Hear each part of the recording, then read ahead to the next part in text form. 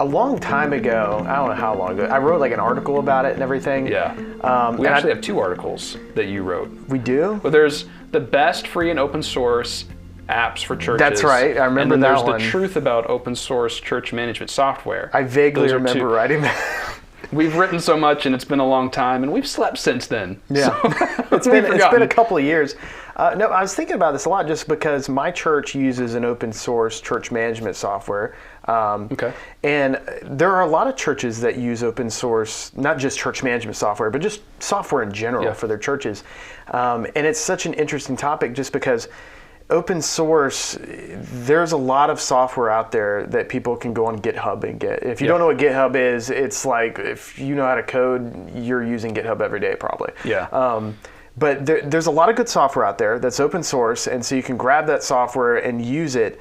But there's so many different variables, and there's so many what ifs, and like, to give a good example, Mozilla. We were talking about this the other day. Firefox. Yeah, Firefox. That's an open source application, and you download it onto your computer, so that way you can browse the internet. It's my preferred browser. I use it every day. I'll go back and forth between Safari and Chrome, but yeah, that's a great app though, and that's an open source application. And open source apps, they're usually free, but they usually come in 2 different variants. You have the one you download, like Mozilla, but then you have the other type that is like a self-hosted. Yes. And this is like where you find a lot of apps that are open source these days, where you can download the code, and then you put this code onto your server or you put it onto your computer to run the application. That gets to be like, that's a whole nother level. Yeah, because like self-hosted gets really deep into the open source side of things, because you can just have it on premise and just download it onto your device. Yeah. And that's the easiest way to do it. That's actually what a lot of church leaders that I talk to when we talk about open source, and they ask like, is open source worth it, or what are some good open source programs that you know of? That's, even if they don't realize it, that's what they're hoping to find. Yeah. It's something that is pretty much ready to go, and you just download it, kind of like Firefox. It's a browser. You download it and it's ready to go. You can do a lot of work to customize it beyond that, but you can surf the internet right away. Yeah. You don't have to do anything to set that up. That's about as easy as they come when it comes to open source. But then you get into other realms where you start talking about open source presentation software, like OpenLP, which I'm a big proponent of OpenLP because I think that's a great software tool for a lot of churches that just don't have the budget to get into ProPresenter. Last time I checked, ProPresenter is like $300 to $400 to get the one-site license and everything. It's a lot, and especially if you're just getting started. Yeah, and if you're just getting started, it's frankly overkill.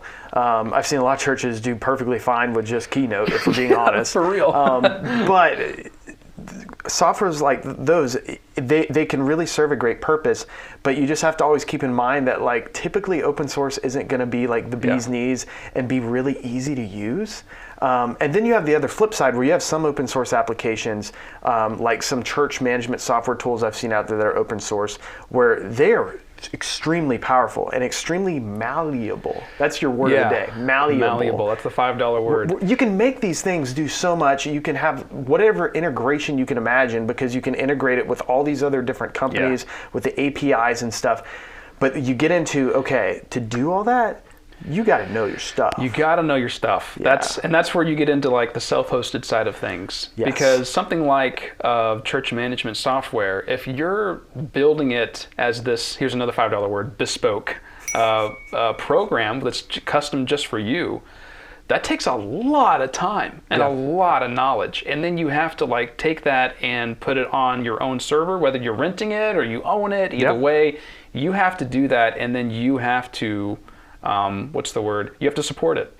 I don't know why I was forgetting that word. You have to support it. You have to become your own customer service. Yes. For this program that you got because it was for free. Yeah. And so I was working with a pastor. This was, time flies. It's been like 6 months since I talked to this pastor. But he was telling me about this open source software he was using from a buddy that made it, I guess. And so a lot of like people in his circle of friends, of pastors, were using this. But the person that was like, I guess, managing the server and everything, they were kind of like, hey, I'm kind of done with this. So like, y'all are going to have your own server.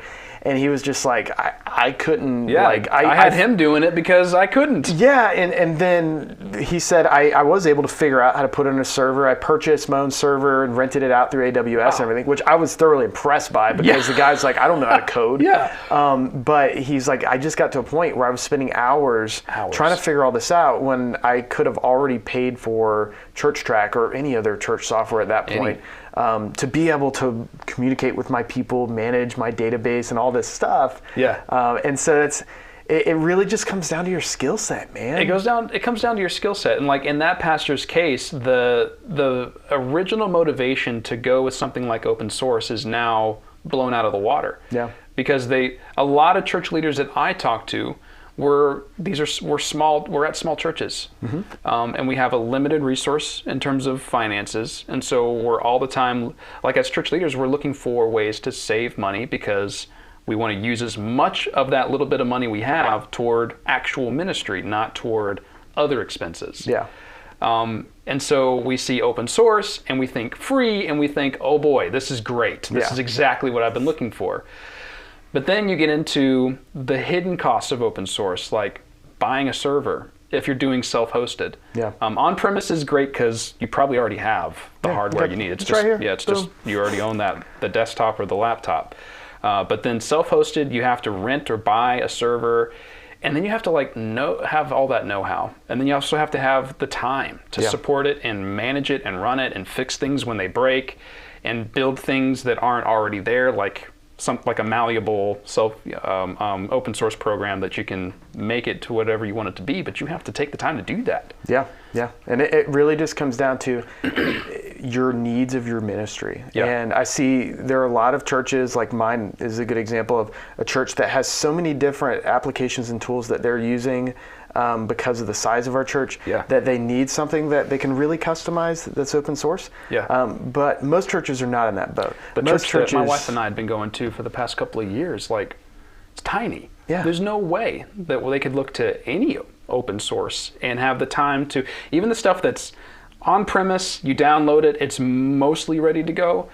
Just the time it takes to like set it up and build it to be exactly what you need it to be just takes so much time. And if, like, my pastor is a church planter, you have very limited time. He's like doing everything at the church, trying to like cobble together a church. That's what church planting feels like most of the time. And he's doing all the sermon prep. He's also setting the church up. It's a set up and tear down church. He's taking the time to do all of that. He's also the one doing all the in-between ministry from Sunday to Sunday, doing the hospital visits and mentoring and doing all the work of like just being there for his people. He doesn't have time to sit down and customize a program, no matter what that is. And I always argue that like open source, unless you're just a mega church that has the needs to integrate all the things, open source really is just a waste of time. And it will waste money. It really will waste money. It will waste money. And that's, again, why ChurchTrac is so accessible and affordable.